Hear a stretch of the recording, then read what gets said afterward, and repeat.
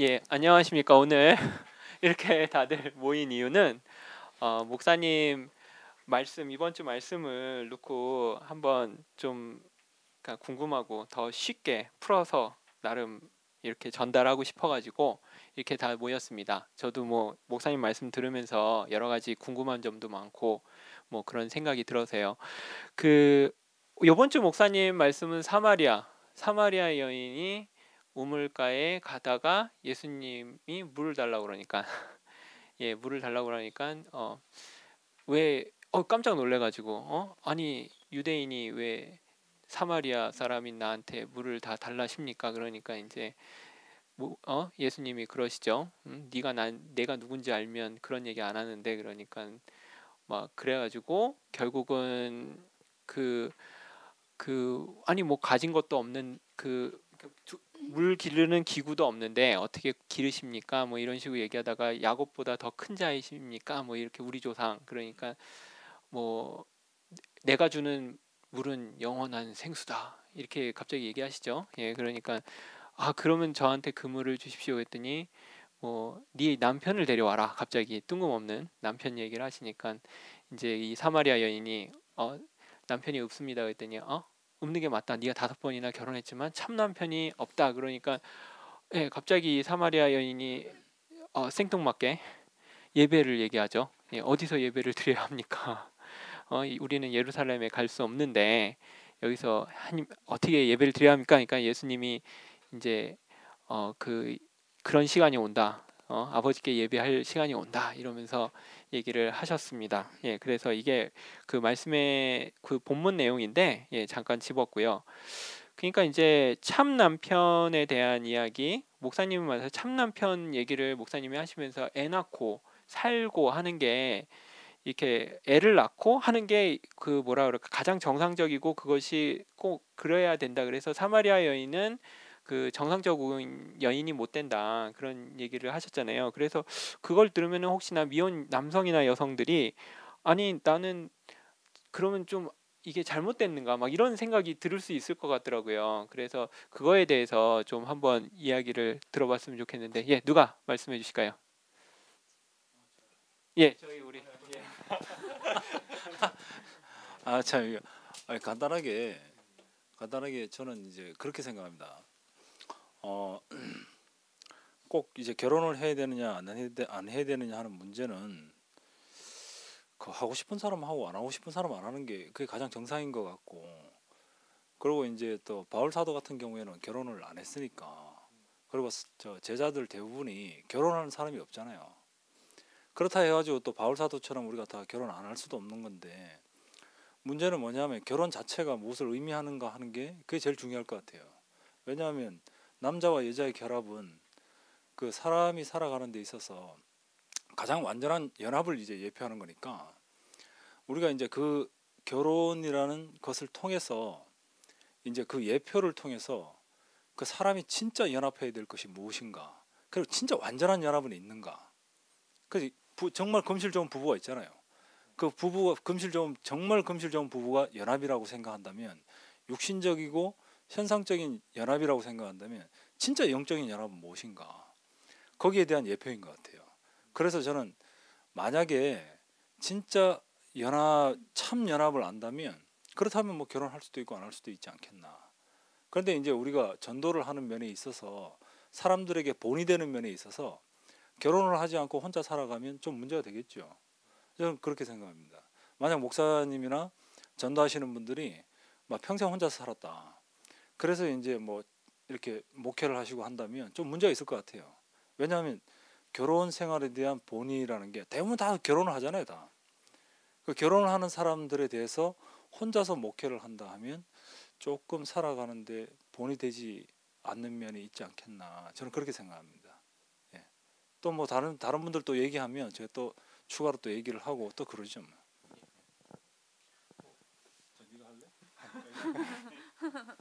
우리가 얘기하면 예, 일단 얘기할 게 있으시면 손을 이렇게 드시면은 제가 마이크를 드리겠습니다. 그러니까 예표일 뿐이다. 이렇게 그거를 굳이 있는 그대로가 아니고 예표. 그러니까 연합의 예표를 보여주는 거다. 이렇게 이해가 되고요. 예, 왜 사마리아 여인에게는 이 사마리아 여인이 보면은 있잖아요. 아까 제가 좀 생뚱맞다는 표현을 했는데 그 예수님은 참 남편을 데려와라라는 얘기를 하셨고 그리고 남편이 없다는 얘기에 이제 메시아이십니까? 그 내가 그로다 뭐 이런 식으로 얘기를 하시면서 이제 그 예배한 장소에 대한 이야기가 나왔는데 이게 사마리아 여인에게만 한정돼 있다고 하면 뭐 그 사람은 그런가 보다 이렇게 하는데 저는 생각할 때 무언가 우리에게 주고자 하는 메시지가 있다고 생각을 합니다. 그러니까 그 사마리아 여인의 그 어떤 갈급함이 꼭 굳이 사마리아 여인의 갈급할만이라면은 굳이 성경책에 써야질 필요가 없겠죠. 예, 그렇기 때문에 그 무엇을 의미하는지를 좀 얘기를 듣고 싶습니다. 예, 또 누가 말씀할 수 있는 분은 저희가 한번 볼래? 해볼래?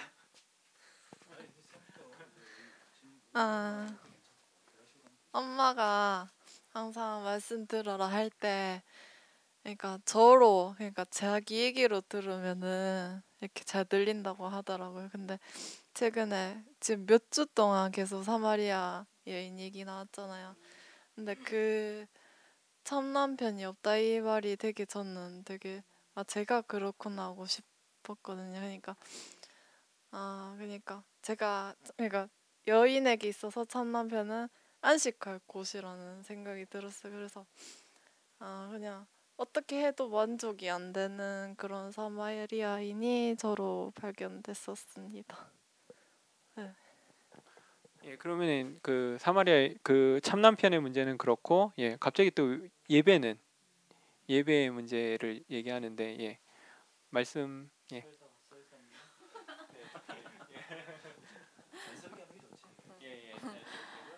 이제 그 목사님도 이 얘기를 하시면서 그 이제 결혼 얘기, 남편 얘기를 갑자기 하다가 그 여자가 저한테 남편이 없습니다. 이 말을 하니까 하고 이제 난 다음에 그 여자가 질문한 게 그러면은 내가 이 산에서 예배할까요? 저 산에서 예배할까요? 이렇게 물었다고 이제 질문이 나왔거든요. 여기 이제 전환이 일어나고 있는 건데 그 목사님이 여기서 말씀하실 때 그 남편은 땅에 있는 거라는 거예요. 그러니까 이게 우리가 이제 이스라엘의 어떤 전통이나 역사를 조금 알 필요가 있는데 그 이스라엘에는 여자는 혼자서는 기업이 없어요.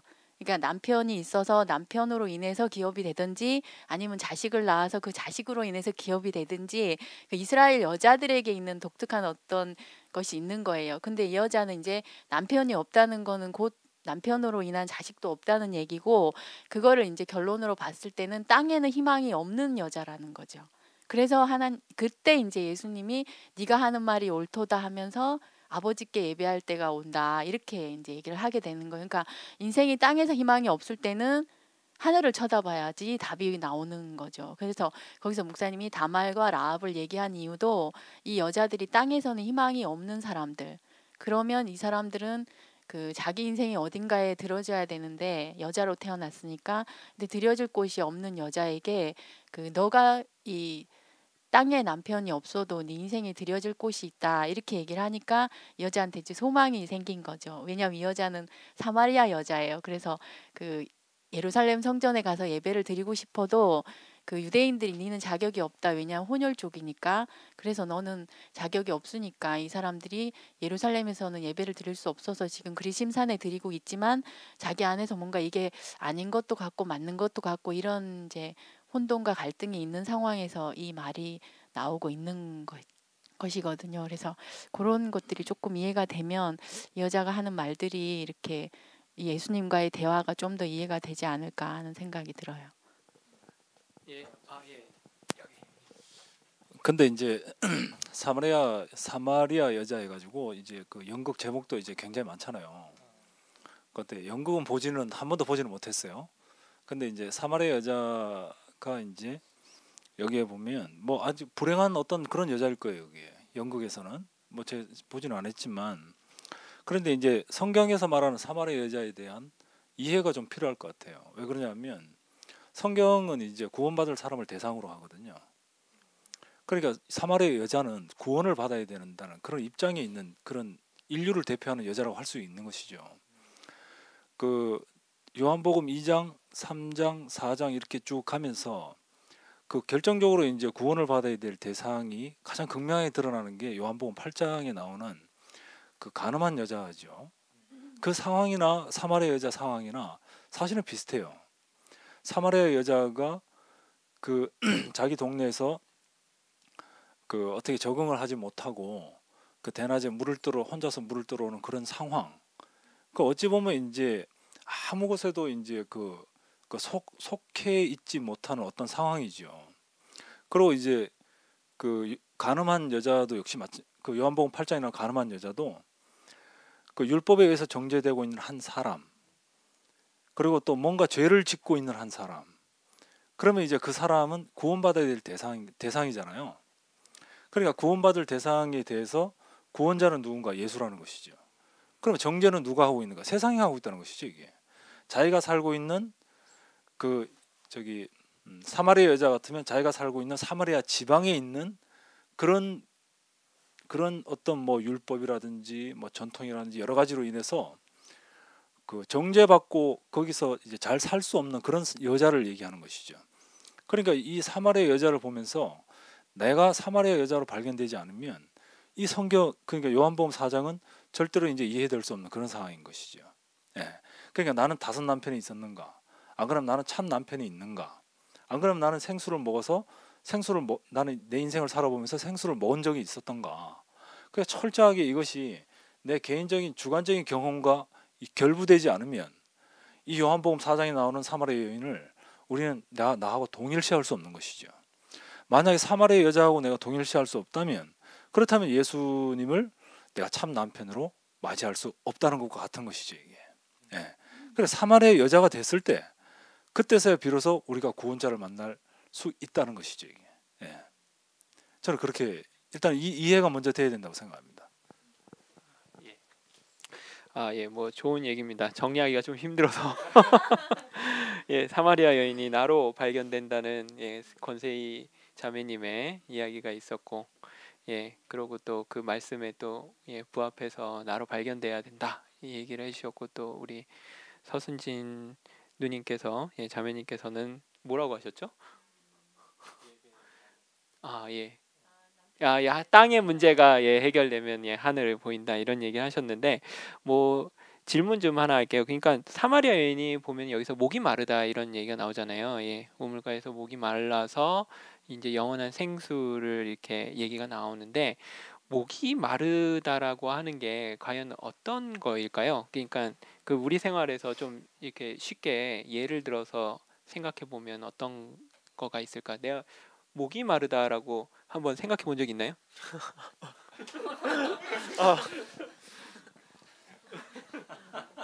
그냥 하면 돼, 그냥 하면. 하면 돼요. 참 너무 당황스럽네요. 뭐 더 좋은 표현으로 하고 싶지만 목이 마르다라고 그냥 제 생각으로는 그런 사람 안에 그냥 사람으로서의 그런 만족으로는 이게 만족되지 않는 그런 인간 본연의 뭐 어떤 만족되지 않는 그런 뭐 외로움이나 어떤 그런 거인 것 같은데. 좀 구체적으로. 예. 본인의 예로. 그러니까 그냥 이런 거인 것 같아요. 뭐 학생 때는 대학 가면 행복해질 줄 알았는데 행복하지 않고, 대학 때는 취직하면 행복할 것 같은데 다 그냥, 저는 아직 취직은 안 해서 그건 모르겠지만 취직해도 행복하다고 하지 않고, 그러면 결혼하고 나면 또 행복할 것 같았는데 결혼하고 나면 또 그 이후에 어떤 걱정만 하지. 사람들이 또 보통 하는 얘기들 보면 옛날로 돌아가고 싶다는 얘기를 하지, 그냥 그때가 좋았다, 옛날이 좋았다 이렇게 늘 과거가 좋았다고 하지, 지금이 행복하다고 하는 사람은 잘 없잖아요. 그리고 지금의 어떤 그런 만족보다는 그러니까 세상으로 따지자면 돈을 더 많이 벌면 행복하겠다, 아니면 참 뭐 내가 학창 시절에는 참 그때는 정말 재밌었는데 정작 그때는 또 이놈의 학교 뭐 빨리 때려치우고 빨리 졸업하고 대학생 되고 싶다 이런 식으로 다 늘 얘기를 했을 사람들인데, 그러니까 핵심은 현재 만족하는 게 없이 뭔가를 새로 가지거나 얻으면 행복하다. 아니면 그냥 과거가 행복했었다. 사실 그때는 또 행복하다고 느끼지도 않았으면서 그냥 그런 게 그런 세상에서 그런 지위나 명예나 자기가 가질 수 있는 걸로는 그 만족할 수 없는 그런 인간 본연의 그 아까도 말씀드렸지만 그런 외로움이나 그런 갈망에 대한 게 처음에 질문이 뭐였죠? 예. 그런 게 목마름이 아닐까. 그렇게 해서 또 다른 쪽으로도 보통 일반 종교는 그런 목마름을 영적인 면으로 찾으려고 하는 것 같은데 보통 다 그래도 목마르기는 마찬가지잖아요. 보통 그냥 그런 거인 것 같네요. 예, 제가 준비를 못해서 이렇게 아주 훌륭합니다. 예. 예, 목마름에 대해서 좀 더 자세하게 이야기를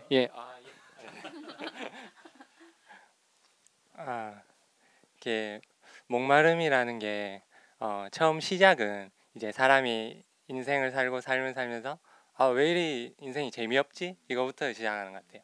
그래서 끊임없이 재밌는 일을 찾으러 우리는 살고 있는 것 같기도 하거든요. 그래서 뭐 우리 이제 젊은이들 같은 경우는 이제 게임을 많이 해요. 게임을 하는 이유 중에 하나가 재미있기 위해서, 또 시간 빨리 지나가니까, 또 그 게임 속의 그 캐릭터가 나의 대리 만족을 해주고 거기서 이제 뭔가 만족과 어떤 의미를 찾으려고 하지만 그걸 하면 할수록 이 게임 속의 공간과 세상에서 내가 직접 살아가는 공간의 이 괴리감, 어떤 점점 간격이 커지면서 하면 할수록 이제 허무한 거예요. 이제 재미없는 게 허무한 거로 가고, 허무하면 이제 우울해지고, 우울하면 이제 혼자 있게 되고, 그것이 이제 뭐 극단적인 선택으로까지 이어지는 경우도 있는데, 그래서 참 20대 30대 사람들이 이제 뭐 병으로 죽는, 사고로 죽는다기보다는 자살을 많이 하잖아요. 뭐 하루에도 뭐 한 2, 30명, 40명 이렇게.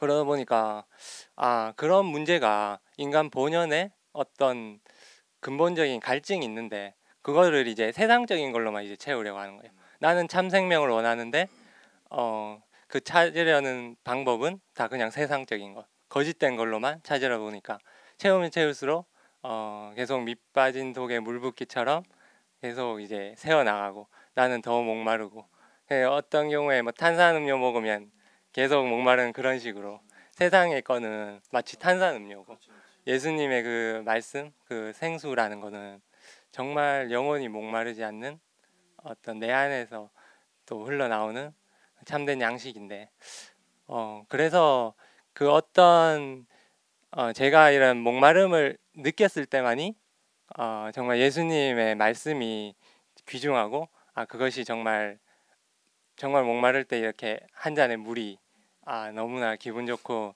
상쾌한 것처럼 그렇게 해답이 되고, 갈 수 있는 어떤 하나의 계기가 되는 것 같아요. 저 같은 경우도 좀 그랬고요. 네.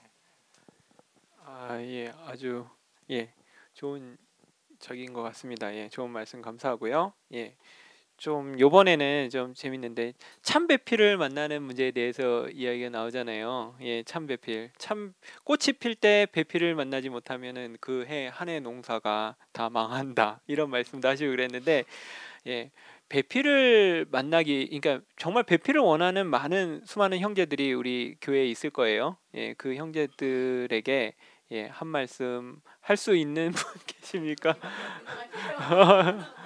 예, 참배필을 찾는 사람들에게 그 한번 진행하고 있는 분들한테도 물어볼까요? 진행 중. 참배필이구나. 참배필이라고 보고 계신 적 있나요? 참배필이라고 생각하시나요?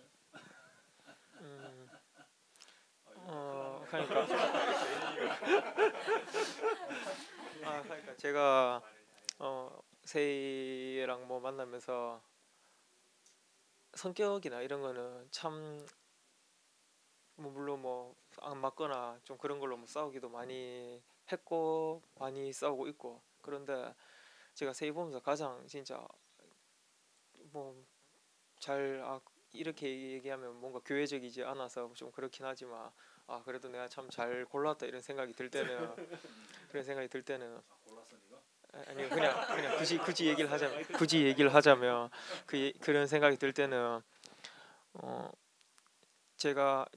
저는 사실 말씀 잘 열심히 듣는 그런 편은 아닌 것 같은데 그냥 듣기는 듣지만 뭐 그거를 진짜 말씀을 다시 곱씹어보고 제 생활에 다시 한번 막 반영해보고 막 이렇게 생활이랑 다시 맞춰서 생각해보고 저 같은 경우는 그렇지 않아도 답답한 게 없으니까 그냥 사는 게 전혀 뭐 그런 답답한 것도 없고 뭐 딱히 힘든 것도 없고 그냥 그때그때 생활이 잠깐 피곤했다 말았다 이게 다지 그런 게 없어서 좀 약간 어떻게 보면 세이보다 좀 약간 덜 말씀에 대한 갈망이 적다고 해야 되나 그런 것도 있는데 제가 만약에 말씀을 안 듣거나 그래도 세이는 말씀을 다 이렇게 들어놓고 적고 간증하는 거랑 다시 한번 다 보면서 자기 또 생각해보고 집에 가서 이모랑 뭐 많이 싸운다고 하긴 하는데 이모랑도 말씀 막 얘기를 뭐 하고 이렇게 하나 봐요.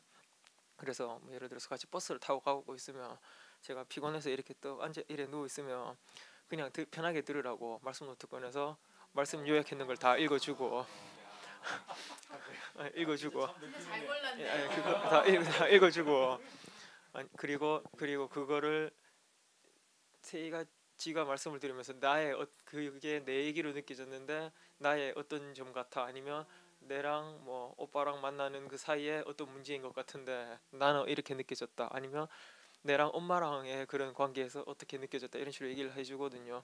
그러니까 저는 물론 뭐 저 같은 경우는 그냥 말씀만 듣는다면 저는 그렇게까지 깊이 생각을 안 해볼 거를 말씀도 안 듣고 그냥 있지만 이게 문제랑 완전 무슨 정답지를 완전 다 이렇게 줄줄줄 읽어주는 그런 식으로 옆에서 읽어주니까 내가 교회에 어떤 자매를 만났어도 이렇게 하는 자매가 있을까 하니까 교회에 대한 갈망이 이 정도가 되는 하니까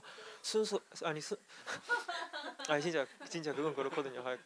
그러니까 그런 교회랑 말씀에 대한 갈망이 이렇게 순수하게 이런 사람이 있을까 물론 뭐 반짝반짝하는 그런 떠오르는 샛별들은 많지만 그러니까 저 같은 경우는 딴 데서 이렇게 반짝반짝하지는 않지만 제 옆에서 계속 그렇게 쭉 이렇게 작은 그러니까 다른 사람들은 모르지만 이렇게 제가 얘기 안 하면 아무도 모르지만 뭐 제 옆에서 그렇게 계속 그렇게 짧게 공급해주는 사람이 과연 있을까 하는 생각에서는 참 배필이라고 생각합니다.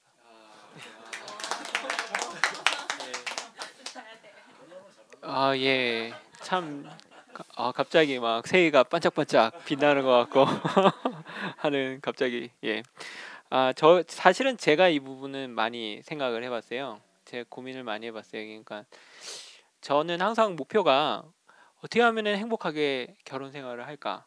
그게 늘 모르겠어요. 저는 고등학교 때 하면서 내 배필은 어디에 있을까? 이런 생각을 하면서 이렇게 막 하고 어디선가 잘 지내고 있겠지? 막 이런 생각도 하고 막 그랬었거든요.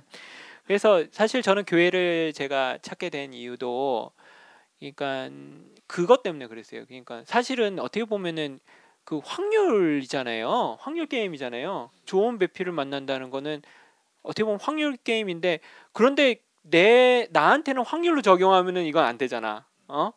그렇잖아요. 좋은 배필을 만날 수도 있고 없고 내 인생은 소중하니까 확률의 게임으로 맞출 수는 없죠. 그래가지고 그러는 찰나에 제가 이제 워싱턴 교회를 방문했고 워싱턴 교회에서 성재와 미순이를 봤습니다. 성재와 미순이 서로 잘 모르고 결혼을 했더라고요. 소개로 교회에서. 그런데 이제 성재가 저한테 강하게 얘기를 하는 거예요. 형, 그리스도와 교회가 있어야 돼. 결혼 생활에. 막 이런 얘기를 하는 거예요. 그래가지고 저는 그때 그 얘기가 그러니까 너무 둘이 오붓하고 그러니까 너무 좋으니까 옆에 원열이가 사실은 그 정원열이라고 워싱턴 교회에 있는 형제가 있는데 얘가 미국이란 사회가 그렇잖아요. 굉장히 좀 이기적이고 그렇기 때문에 거기는 뭐라 그럴까? 뭐 이런 식이더라고요. 뭐 그쪽 사람들 사고는 텔레비전 때문에 문제가 생겨?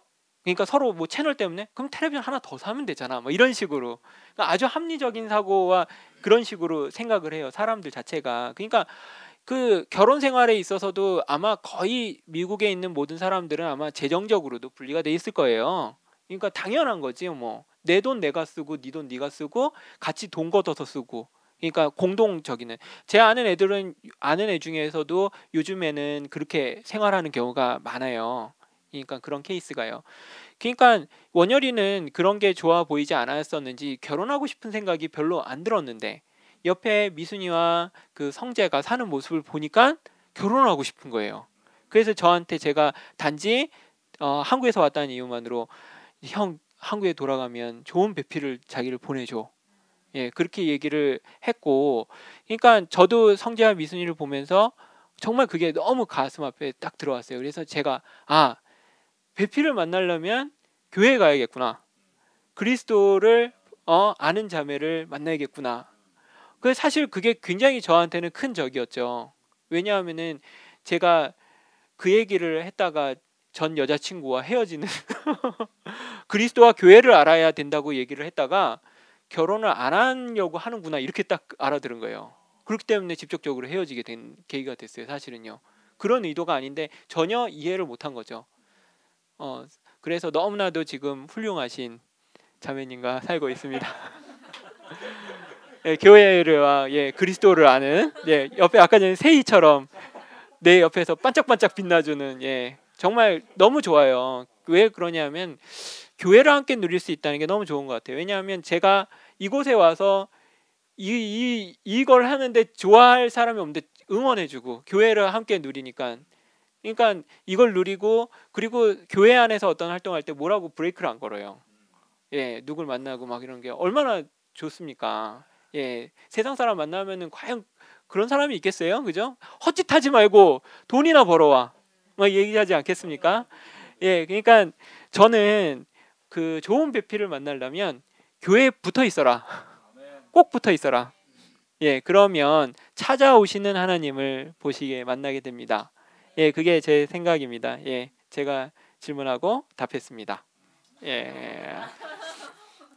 자, 종교 다원주의 얘기가 나오잖아요. 사실은 그 아인슈타인인가? 엘버트 아인슈타인 그 사람이 그 유대인이잖아요. 그러니까 이 사람이 생각하고 있었던 하나님은 그 기독교의 하나님도 아니고 그 어떤 하나님도 아니고 그냥 만물을 지으신 하나님. 그 하느님이라고 얘기할 수도 있고 하나님이라고 생각할 수도 있고 알라라고 얘기할 수도 있고 그냥 천지를 지으신 하나님이 있다 이렇게 얘기를 하시는데 그 목사님이 종교 자원주의 얘기하시면서 그거는 우리가 생각하는 그러니까 목사님이 무슨 말씀하셨냐면 이걸 먼저 이해하셔야 되는데 아버지가 하나라는 거를 우리가 안다면 우리가 아버지께로 가면은 그 뭐라 그럴까 우리가 하나인 것을 알 수 있다라는 얘기를 하시거든요. 십자가에 예수님 앞으로 가면 우리가 하나구나라는 거를 알 수 있다 이런 말씀을 하시면서 그 뭐라 그럴까 그렇지만 그러니까 예수님도 결국은 그 얘기를 하시고 돌아가셨잖아요. 그죠? 그러니까 하나님을 아버지라고 불렀기 때문에 유대인들이 참남하다.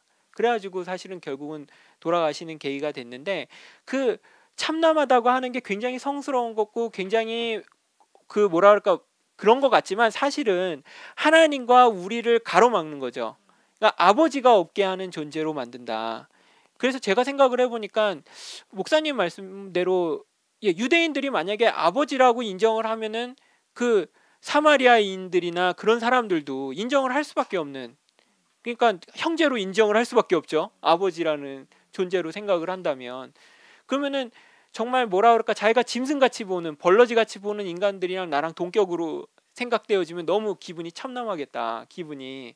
그래서 정말 그런 어떤 것들 때문에 그 사람들이 표현을 그렇게 하나님과 우리를 막았구나 이런 생각이 들면서 그렇기 때문에 이제 우리가 예수 앞으로 가면 하나다. 이런 말씀을 하십니다. 그래서 저는 이제 여기서 종교 자원주의와 예수 안에서 우리가 하나라는 것이 다른 의미다. 그러니까 막연한 하나님이 아니고 우리가 하는 그 하나님은 딱 이렇게 뭐라 그럴까 마치 이스라엘 백성들이 느끼는 여호와 하나님처럼 애굽에서 그 자기네들을 구원하신 하나님을 딱 이렇게 생각하는 것처럼 우리가 느끼는 그 예수님, 하나님 예수님은 그런 개념이 아니다. 종교 자원론주의인 의미, 다원주의가 아니다. 이런 얘기를 하셨는데요. 종교 다원주의에 대해서 잠깐 얘기를 하시고 또 그거에 대한 차이점에 대해서 좀 얘기를 들어보고 싶습니다. 좀 장황했죠? 예. 네가 볼래? 네?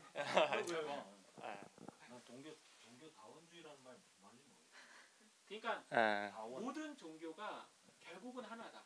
결국에 뭐 이래 가든 저래 가든지 다 하나로 만나진다. 그게 종교다원주의라고. 그렇죠.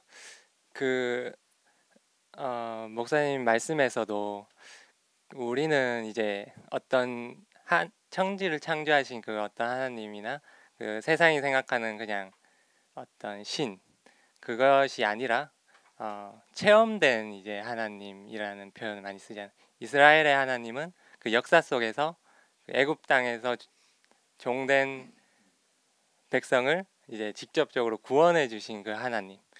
그러니까 항상 우리가 이렇게 하나님 주님이라고 얘기하는 그런 것도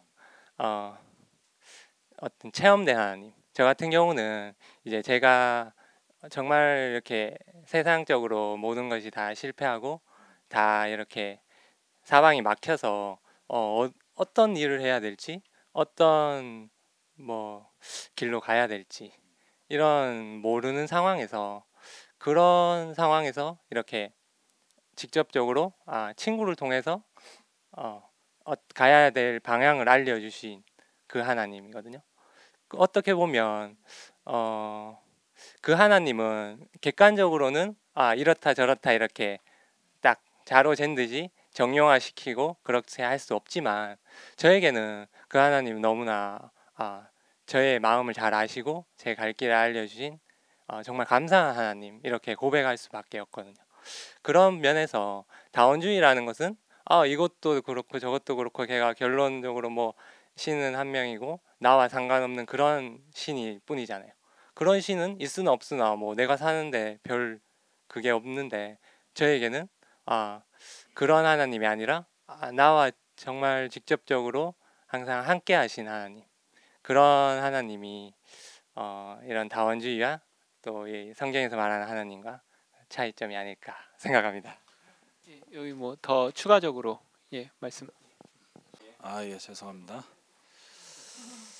그 종교 다원주의 그 얘기를 들어보니까 이제 그것과 예수 안에서 하나다 하는 말은 그 차이점은 분명하게 있는 것 같아요. 왜 그러냐면 그 종교 다원주의는 이제 자기 마음대로 간다든지 그 아마 제가 자세한 내용은 잘 모르지만 아마 그 제자들이 예수를 따랐던 것처럼 아마 그렇게 따라서 가는 것은 아닌 것 같아요. 아마 뭐 어떤 교리를 따라간다든지 안 그러면 어떤 이념을 따라간다든지 안 그러면 어떤 이상을 따라간다든지 안 그러면 그 어떤 엘 하나님, 그 엘로힘 하나님을 얘기하는 거죠. 능력의 어떤 천지 창조를 하신 어떤 하나님, 어떤 그런 하나님을 이제 따라가는 어떤 그런 이유가 이제 종교 다원주의가 아니겠나. 그 시작이 그렇지 않겠나 싶은데 분명히 예수 안에서 하나다는 것은 그 종교 다원주의와는 분명히 차이가 있어요. 왜 그러냐면 예수 안에서 하나다는 것은 그러니까 예수라는 그 사람을 따라가는 것을 얘기하거든요. 그러니까 이제 예수를 따라간다, 예수 안에서 하나다 하는 것은 우리가 2000년 전에 예수님의 얼굴이 어떤지 모르고 성격이 어떤지 모르잖아요. 모르지만 우리가 예수 안에서 하나다는 예수의 무엇과 하나다라는 것을 얘기하는 것이죠. 여기서 얘기하면 이제 여기 이제 하병욱 형제가 있는데 이 하병욱 형제의 얼굴을 내가 봤다고 해서 이 형제를 아는 건 아니잖아요. 이 형제의 어떤 그 엑기스가 있을 거예요, 이게. 그렇잖아요, 그죠? 그걸 알아야 얼굴은 몰라도 그걸 알면 하병욱 형제를 우리 아는 것이거든요. 그러니까 예수님의 그 정수라고 할 만한 것이 무엇인가? 그것을 알지 못하고서는 우리가 예수 안에서 하나다라고 알 수 없는 것이죠, 이게.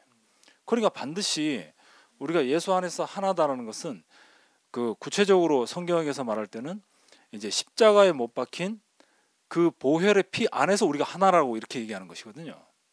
반드시 예수의 피로 인해서 우리가 하나인 것이지 뭐 이래 가도 되고 저리 가도 되고 하는 그런 것을 얘기하는 것은 아니죠. 반드시 길이 정해져 있어요, 이게.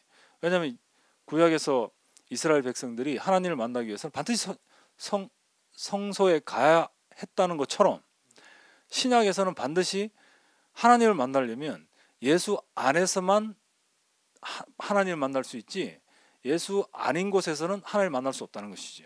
그게 무엇이냐면 그 예수 안에서 하나님을 만난다는 얘기가 또 다른 말로 하면 우리 모든 사람이 예수 안에서 하나다라는 얘기거든요. 예. 근데 이제 더 결정적인 이유는 뭐냐면 그 종교다원주의가 다 좋지만 세상의 어떤 것으로도 사람을 다 하나 되게 할 수 있는 것이 없어요. 예. 여러 사람이 모여가지고 결국은 최종적인 어떤 사회, 나라, 국가를 만드는 것인데 이 나라가 되고 사회가 되려면 나라가 되고 사회가 되는 데 있어서 반드시 문제되는 게 뭐냐 하면 선악과거든요. 이게 종교다원주의 뭐 어떤 주의를 한다 하더라도 어떤 좋은 것을 갖고 있다 하더라도 그 사람들이 모였을 때 아무리 좋은 이념을 갖고 있다 하더라도 사람이 모여서 하나의 사회, 나라를 만들기 위해서는 반드시 분열이 생긴다는 것이죠. 예. 그런데 분열이 안 생기고 완전한 연합으로 완전한 한 사회를 만들 수 있는 것은 예수의 십자가밖에는 없다는 것이지. 예. 그래서 우리가 어디에서 하나 되는가 하면 예수의 십자가 그 죽음 앞에서 하나가 된다는 것이죠. 그렇지 않으면 우리가 하나가 될 수 있는 길이 없어요. 예. 말이 좀 어려웠나 뭐 어떤지 모르겠는데 하여간 그런 뭐 같은 얘기 비슷한 맥락일지도 모르겠는데요. 아까 이제 하나가 되고 예수님 안에서 하나가 된다. 뭐 이런 얘기를 하는데 그 하나님 앞에 가다, 하나님 앞으로 간다, 예수 앞에 간다. 결국 그런 아까 전에 우리가 예수 안에서 하나다. 뭐 이런 어떤 보혈의 피다. 그런 사실은 이렇게 개념이잖아요. 그거를 좀 더 이해하고 쉽게 좀 이해할 수 있는 예로 좀 표현을 하면 어떻게 할 수 있을까요? 그러니까 예수 앞에 간다, 하나님 앞으로 간다, 뭐 이런 표현을 좀 쉽게 그러니까 우리가 다가올 수 있는 말로 한다면 어떻게 되겠습니까? 잠깐만 우리가 이제 그 앞에라는 말이 단순하게 내가 이제 서병욱 형제 앞에 있다 공간적 위치적인 말을 하는 것은 아니거든요. 그 만약에 우리가 이렇게 생각할 수 있어요. 내가 저기 뭐 어떤 분을 예로 들어서 그렇지만 내가 이제 스티브 잡스 앞에 간다 이렇게 했을 때는 스티브 잡스라는 어떤 사람이 추구하는 이상이 있을 거예요. 그 이상 앞으로 가는 것을 얘기하거든요. 그렇잖아요, 그죠? 워런 버핏 앞에 간다. 그러면 이제 워런 버핏 앞에 간다면 내가 돈을 많이 벌어서 내가 기부도 하고 하는 그런 것을 얘기하는 것이죠. 그렇죠, 그죠? 그러니까 내가 뭐 어떤 대학 교수 앞으로 간다. 그것은 뭐냐 하면 내가 배움의 길로 간다는 얘기거든요. 그러니까 이 앞에라는 말은 그러니까 내 앞에 누가 있느냐 하는 것이 중요한 문제가 되는 것이죠. 그래서 자기 앞에 아무도 없는 사람은 없어요. 모든 사람이 자기 앞에 무엇이 있기 때문에 그 삶을 살아가는 것이거든요. 그러니까 만약에 내 앞에 뭐 도둑놈이 있다면 그럼 난 도둑놈의 길을 가는 것이지요. 그런데 이제 여기서 이제 예수 앞에 이렇게 얘기하면 우리가 이제 예수 앞이라 그러면 단순하게 뭐 2000년 전에 예수님이 십자가에 못 박혀서 뭐 고통스럽게 죽었다 한 그 앞이냐 그런 것이 아니죠. 왜냐하면 예수님의 핵심이죠, 핵심. 예수님이 십자가에 못 박혀서 드러난 그것이 무엇인가? 물론 예수님이 만약에 이제 성경을 예로 들면 요한복음 2장에서부터 예수님의 이적이 나와요. 2장부터 어디냐면 요한복음 마지막까지 예수님이 많은 이적을 행하시고 죽은 그것들이 나오거든요. 그러면 우리가 만약에 그러면 예수 앞에 갔을 때 우리는 그러면 베세다 광야로 간 것인가? 그렇잖아요, 그죠? 베세다 광야에서 오병이어로 5,000명을 먹인 기적을 행한 곳이잖아요. 그러면 예수 앞에 간 것이 그럼 베세다 광야에 간 것이냐? 안 그러면 그 요한복음 2장에 나오는 그 물을 포도주로 만든 우리가 그 앞에 간 것이냐? 안 그러면 물 위를 걸어간 그 예수 앞에 간 것이냐? 안 그러면 죽은 나사로를 살린 그 예수 앞에 간 것이냐, 이게 문제가 되는 것이지요. 그런데 사람이 어떤 것으로도 그 구원받았다는 말이 없어요. 왜냐하면 그 요한복음 2장에서 잔치집에서 구원받았다는 말도 없고요. 그 다음에 3장에 3장에 가서 보면 이제 그 저기 유대인 공회원이 나오죠. 니고데모가 나오죠. 니고데모의 입장에서 구원받았다는 어떤 그런 얘기도 없어요. 그러고 또 4장에 가면 사마리아 여자 나오잖아요. 물론 사마리아 여자가 구원받았다는 얘기는 뭐 어떻게 이렇게 참 구주시다 하는 그런 고백을 듣지만 진짜 어떻게 구원을 받았다는 그런 말은 없어요. 그 요한복음 6장도 그렇고 8장도 그렇고 다 그래요. 그런데 지금 구원을 받는다는 말은 구체적으로 어디냐면 예수의 십자가로 구원을 받는다는 얘기거든요. 그 예수의 십자가로 인한 구원이 아니면 사실은 진짜 구원이 아니라는 얘기예요. 그 모든 앞에 있었던 2장, 3장, 4장 요한복음에 나오는 수많은 이적들이 다 어디를 향해서 가는 것인가? 그것은 예수의 십자가의 구원으로 향해서 가는 거예요. 이게 그 구원을 위해서, 그 십자가의 구원을 위해서 이런 기적도 있고 저런 기적도 있고 많은 기적들이 있는 거예요. 저는 그렇게 생각하거든요. 이게 그러니까 우리가 결국 알아야 될 것은 예수 앞에 간다는 것은 어디로 가는 것인가? 십자가 앞으로 가는데, 그럼 십자가에 못 박힌 예수에게서 무엇이 드러났는가? 그게 중요한 거잖아요. 만약에 십자가에 못 박힌 예수의 그 운명이 만약에 모든 인류를 포함할 수 있다면, 그러면 나도 갈 수 있고 너도 갈 수 있고 직업의 귀천에 따라서 못 갈 이유가 없고 돈이 많고 적음에 따라서 못 갈 이유도 없는 모든 인류를 포함할 수 있는 그 예수가 누군가? 바로 십자가에 못 박힌 예수라는 것이죠. 예. 그 십자가에 못 박힌 예수에게서 드러난 것은 무엇인가? 하나님 아들이라는 칭호를 받았음에도 불구하고 하나님이 대답을 하지 않았다는 것이죠. 이게. 예? 만약에 하나님이 거기서 대답을 했다면 우리는 멸망이에요. 이게. 왜냐하면 하나님이 대답을 들어야 우리가 구원을 되니까. 근데 하나님이 대답을 안 했는 게라. 거기에서 무엇만 드러났는가? 아무리 놀라운 능력을 가졌든지 어떤 사람이든지 간에 거기에서 사람은 그냥 사람일 뿐이다. 하나님 앞에서 그냥 피조물일 뿐이다 하는 그거 딱 드러난 것이죠. 근데 그 사람 안에서는 모든 인류가 다 포함이 될 수 있다는 것이죠. 그 사람 안에서 하나님께로 갈 수 있다는 것이죠. 이게. 예.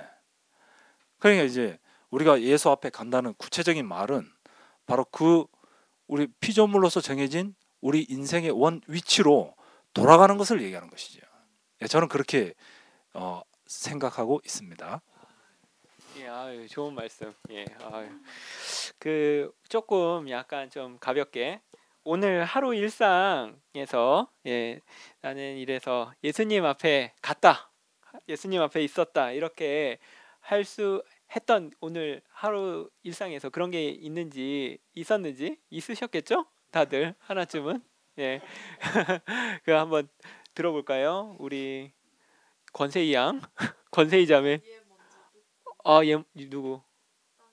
딴 사람 예. 하병욱 형제 한번 들어볼까요? 예, 예수 앞에 갔다. 네.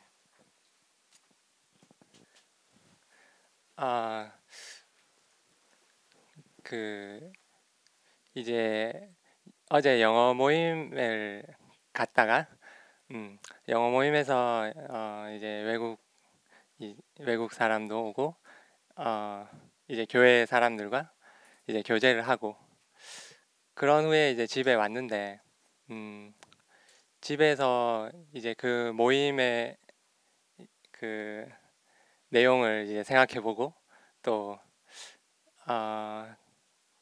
또 다음 모임을 준비하고 이러한 그 모든 과정과 그 모든 생각들이 예전에 나로서는 이렇게 그런 과정에서 어떤 기쁨도 느낄 수 없고 어떤 만족도 느낄 수 없었는데 이 모든 것들이 거기에 참석할 수 있고 그 모임에 어떤 작은 준비라도 할 수 있다는 것이 너무 감사하다는 그런 생각이 많이 들었어요. 그것이 왜 그런가? 우리 교회 사람들과 함께 있는 것은 어떻게 보면 정말 뭐 자진이 형, 뭐 동일이 이렇게 각각 표면적으로 보이는 그런 어떤 일을 하고 어떻게 외모가 어떻고 이런 것이 아니라 진정 본질적으로 이렇게 예수님 안에서 하나 된 사람, 그 사람의 자리, 우리는 정말 서로가 서로를 필요로 하고 있다라는 그런 느낌이 많이 들거든요. 저는 너무 내세울 게 없고 부족하기 때문에 어떤 한 사람에게서라도 그 사람의 아주 작은 거라도 이렇게 저는 도움을 받고 싶고, 또 거기서 어떤 공급을 받고 싶고, 그 사람이 기쁘면 나도 기쁘고, 그러한 하나된 어떤 유기체적인 그러한 관계가 있는 것 같아요, 우리 안에. 그런 관계 속에서 예수님의 십자가에 죽으신 그 자리는 우리가 그렇게 본질적으로 사람이고 피조물로서 하나 되는 그 자리가 아닌가. 그 모임에 참석하고 이 지체들과 그런 어떤 교회 사람들과 이렇게 함께 기뻐할 수 있고, 그 기쁨 모임을 준비할 수 있고, 그 모든 시간들이 너무나 다 감사한 거예요. 그런 자리에서 난 예수님 앞에 나아가고, 예수님이 가셨던 그 길을 나도 이렇게 한 발짝 한 발짝 따라가고 있는 게 아닌가, 그런 생각이 들었습니다. 예, 정말 너무 좋은 예였던 것 같아요. 예, 그래서 이 마지막 질문하고 뭐 이제 방송을 접을까 하는데요. 예, 그 십자가의 앞에 가면 그러니까 단순하고 또 그 죽음 앞에서는 모두가 하나다 이런 얘기를 하시잖아요.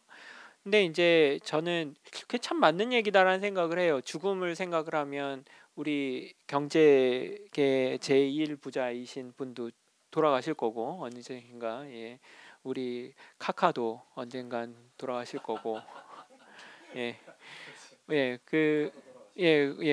그러니까 다들 그러니까 지위가 높은 사람이나 돈이 많은 사람이나 죽는다는 사실은 이렇게 다 이렇게 그 명제는 정말 확실한 것 같아요. 그런데 그 우리가 이제 교회에서 생각하는 그 죽음이라는 게 그 십자가의 죽음을 봐야 된다, 죽음을 봐야 된다 이때 그 죽음이 과연 이제 그 일반적으로 우리가 생각하는 그 죽음이라는 것과 이렇게 뭐라 그럴까 꼭 같은 거일까? 매치가 이렇게 오버랩이 되면서 이게 똑같은 걸까? 그렇게 이해를 하는 걸까? 막 이런 생각이 들거든요. 그래서 좀 그 죽음에 대해서 좀 이야기를 좀 해주셨으면 합니다. 죽음에 대해서 저한테 왔네요.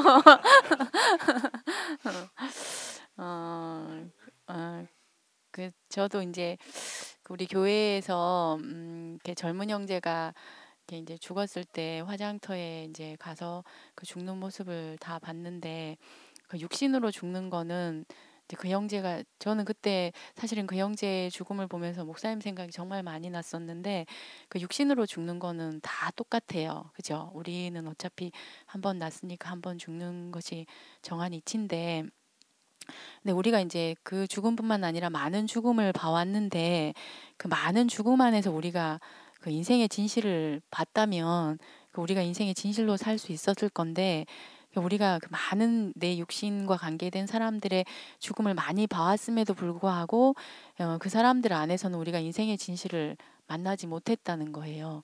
근데 이상하게 그 예수의 죽음 안에서는 우리가 그 인생의 진실을 만나게 된다는 거예요. 그래서 그 우리 앞에서 죽은 사람이 참으로 많지만 그 죽고 난 다음에 하나님으로부터 인정받은 죽음은 딱 한 죽음밖에 없어요. 그게 예수 그리스도의 죽음이에요.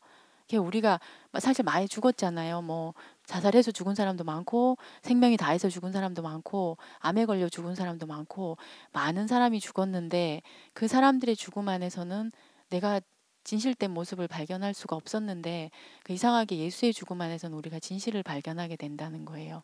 그러니까 다 같은 죽음인데 그 우리 인생을 누가 하나님이 원래 지어놓은 그 위치 안으로 옮겨가는가.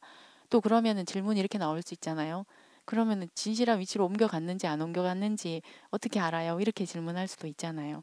근데 그 우리가 그 죽음을 인식하면, 그 예수도 아마 자기가 죽을 때는 이 죽음이 과연 그 하나님이 인정하는 죽음인가 아닌가 다 알고 죽었을 수도 있고 아닐 수도 있을 것 같아요. 그런데 그 결과를 보면 그 하나님이 인정했다는 거예요. 인생이 거기서 이제 진실이 드러나는 거죠. 육신의 죽음은 많아요. 지금도 많고 앞으로도 많을 것이고, 근데 내 인생을 누가 원래 하나님이 인생에게 주고 있던 그 위치로 옮겨서 그 하나님이 원래 쓰고자 하는 대로 쓸 수 있게끔 하느냐. 그 죽음은 예수 죽음밖에 없다는 거예요. 그래서 그 예수의 죽음 안에서 우리는 하나가 될 수 있는 것이고 예수의 죽음 안에서 인생의 진실을 발견할 수 있는 것이고 여기서만 이제 우리가 인생의 정체성을 찾을 수 있는 것이니까 이것이 있는 곳은 교회밖에 없어요. 그 세상에도 없고 종교 안에도 없고 아무 곳에도 없는데 이상하게 이 죽음이 있는 곳은 유일한 곳은 교회라는 거예요. 그래서 하나님은 이제 예수 그리스도를 통해서 우리에게 교회를 주신 거죠. 왜냐하면 그 예수의 죽음은 이제는 교회 안에서 볼 수 있는 거예요. 쉽게 좀 전에 그 동일이 형제가 세이자매 얘기를 했잖아요. 그 내게 말씀을 공급해 주는 사람은 내 앞에서 사실은 예수의 죽음을 살아내는 사람이에요. 작지만. 그래서 우리는 교회 안에서 이 사람을 보면서 그 예수의 죽음을 조금씩 인식해 가면서 결국에는 어디로 가야 되냐 하면 예수라는 그 본질적인 죽음 안으로 그 예수의 운명 안으로 가게 되는 거죠. 그래서 교회는 희망이 있고 소망이 있고 누구나 다 필요하고 누구나 다 귀하고 이런 이제 하나님의 선물이 되는 거죠. 그래서 저는 그래서 교회에 사는 게 너무 행복하고 그 내 인생의 죽음이 또 부족한 부분이 있을 거예요. 근데 그 부분을 교회 안에서 어떤 형제의 죽음 안에서 또 인식하면서 나는 예수 안으로 또 가고 또 이제 인식하고 예수 안으로 가고 그래서 이제 교회가 있는 게 너무 감사하고 그 형제 자매들이 있는 게 너무 감사하고 그래서 이제 그 저는 그게 많은 죽음이 있었는데 왜 예수의 죽음이 필요하고 하나님은 왜 예수만 인정했고 그 예수 안에만 부활이 있는가. 부활은 예수의 부활밖에 없었다고 했거든요. 바울도 부활했다는 얘기가 없고 그 예수의 부활만 있는 거예요. 왜 그런가? 그 예수의 죽음이 바로 하나님이 우리 인생에게 보여주고자 했던 그 본질의 위치를 정확하고 명확하고 확실하게 그 보여주는 죽음이기 때문에 그렇다는 거죠. 그래서 그 예수의 죽음이 우리 인생 앞에 있다는 것이 너무 감사하고 그런 죽음을 우리 앞에서 계속 전시하고 있는 형제 자매들이 있는 교회가 있다는 것이 너무 감사하죠. 네. 네, 너무 좋은 말씀이셨습니다. 예, 오늘 이렇게 한번 해봤는데 다들 어떠세요? 예, 괜찮으셨나요? 예, 생각보다 예, 그 정말 그 이렇게 목사님 말씀을 한번 다시 읽고 또 이렇게 궁금한 점이 많이 있을 텐데 이렇게 물어볼 수 있고 할 수 있는 게 되게 좋은 것 같아요. 그래서 예, 앞으로도 계속 목사님 말씀하시는 동안 그분이 말씀하실 때까지 이 방송이 계속 되고 예, 그래서 그때 이제 궁금한 게 있으시면 예, 저한테 메일을 주세요. 예, joajin naver.com 예, 자막으로 올라갑니다. 예, 올라가니까 예, 그거 그 메일을 주시면은 제가 모아가지고 예, 그날 또 그 주에 이제 또 저희가 모여가지고 그거에 대해서 이야기해보고 뭐 이런 시청자 코너 뭐 이런 것도 해보고 예, 할 생각입니다. 그러니까 정말 저도 그런 것 같아요. 그러니까 이렇게 제 인생이 결국은 어디에 소모가 되잖아요. 결국은 어디엔가 쓰이게 돼 있는데 정말 내 인생 너무 소중하잖아요. 그죠? 아무데나 쓸 수 없는 인생인데 정말 가치 있는 곳에 예, 가치가 있다고 하는 곳에 제 인생이 쓰여지길 원하는데 세상에 있는 사람들은 사실 어디다 써야 될지 몰라가지고 예, 이렇게 저렇게 사는데 이렇게 모르겠어요. 저는 제가 지금까지 믿는 대로 바로는 예, 제 인생을 소모해도 될 만한 가치가 있다고 생각하는 참 교회가 참 대단하죠. 어떻게 내 인생이랑 비교할 만큼 내 인생이 소중한데 예, 그런 예, 곳이 있다는 게 너무 감사하고 이렇게 교회가 없으면 제가 어떻게 뭐 이런 자리 만들어 가지고 뭘 하겠어요. 웃기는 사람이지. 근데 이렇게 교회 안에서 이렇게 함께 모일 수 있고 아까 병욱이 형제가 얘기했듯이 함께 같이 놀 수 있는 그 자리, 그러니까 정말 하나가 될 수 있는 그 자리, 하나가 돼서 함께 살고 노는 그 자리가 있는 그 교회라는 게 너무나도 소중하다는 생각이 듭니다. 예, 다음 시간에 그러면은 예, 더 좋은 내용, 참신한 내용으로 목사님 참신한 내용 좀 해주세요. 목사님이 참신하지 않으면은 저희가 진부해집니다. 예, 부탁드립니다. 예, 다음 주에 더 예, 만나 뵙겠습니다. 감사합니다.